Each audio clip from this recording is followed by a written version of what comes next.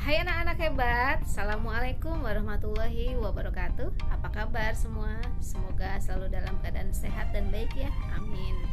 Pada video kali ini kita akan melanjutkan membahas tentang menganalisis manajemen inventory. Manajemen inventory sangatlah penting pada bisnis retail. Bayangkan saja jika pelanggan tidak mendapatkan barang yang dibutuhkan karena alasan kehabisan persediaan. Dan ini terjadi berulang kali, tentu akan berdampak pada menurunnya citra toko tersebut. Baiklah, kita akan mereview pengertian manajemen inventory. Manajemen inventory merupakan kegiatan untuk merencanakan, mengorganisasikan, mengarahkan, mengawasi atau mengontrol pada perusahaan. Sedangkan pengertian dari inventory adalah bahan atau barang yang disimpan yang akan digunakan untuk memenuhi tujuan tertentu atau dapat dijual kembali. Jadi, manajemen inventory dalam bisnis retail merupakan bagian dari perusahaan yang berfungsi untuk mengatur persediaan barang yang dimiliki, mulai dari cara memperoleh persediaan, penyimpanannya, sampai persediaan tersebut dimanfaatkan atau dikeluarkan. Selanjutnya adalah fungsi inventory yang terdiri dari 5 poin. Yang pertama fungsinya adalah memberikan stok. Yang kedua adalah menyeimbangkan produksi dan distribusi. Yang ketiga memperoleh keuntungan dari potongan kuantitas atau diskon. Yang keempat adalah hedging atau membatasi kerugian terhadap inflasi dan perubahan harga. Dan yang terakhir menjaga kelangsungan operasi dengan cara persediaan dalam proses. Kemudian jenis-jenis persediaan. Jenis persediaan yang pertama adalah stok untuk dijual. Stok barang di mana tidak semua barang dijual kepada konsumen, tetapi sebagian barang disimpan sebagai stok atau persediaan. Jenis persediaan yang kedua adalah dalam proses manufaktur. Stok barang yang sudah disiapkan untuk menjadi final barang jadi atau barang setengah jadi. Sedangkan yang terakhir adalah untuk bentuk bahan baku yang belum digunakan.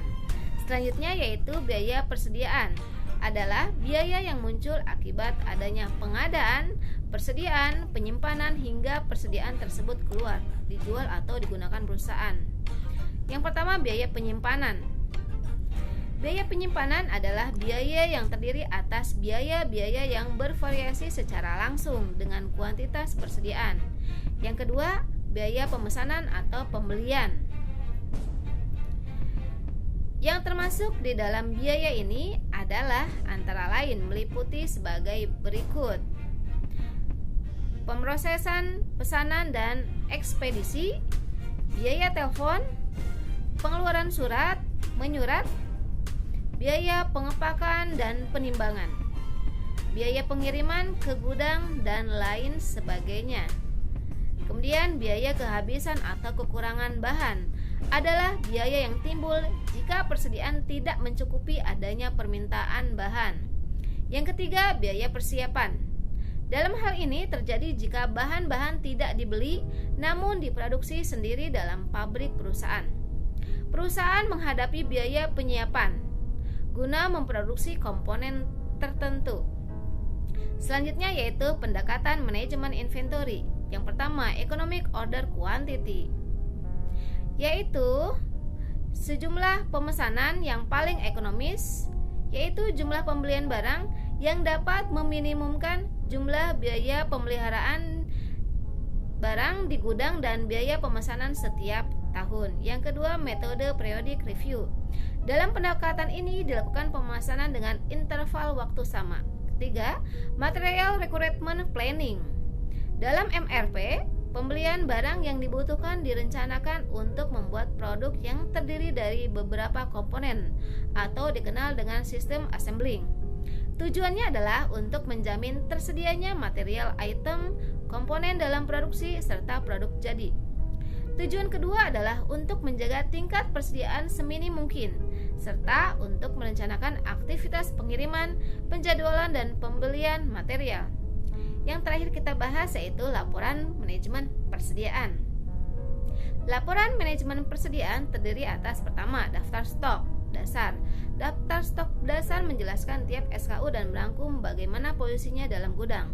Daftar ini terdiri dari nomor stok, dan deskripsi barang, berapa banyak barang yang tersedia dan yang dipesan, dan penjualan selama 12 dan 4 minggu terakhir. Yang kedua yaitu perputaran persediaan. Pergantian persediaan yang direncanakan dibuat berdasarkan tujuan finansial keseluruhan dan digunakan untuk mengendalikan sistem manajemen. Yang ketiga, ketersediaan produk. Ketersediaan produk menjadi hal yang sangat penting bagi peritel. Untuk menentukan berapa banyak produk yang harus tersedia memerlukan keputusan manajerial yang rumit.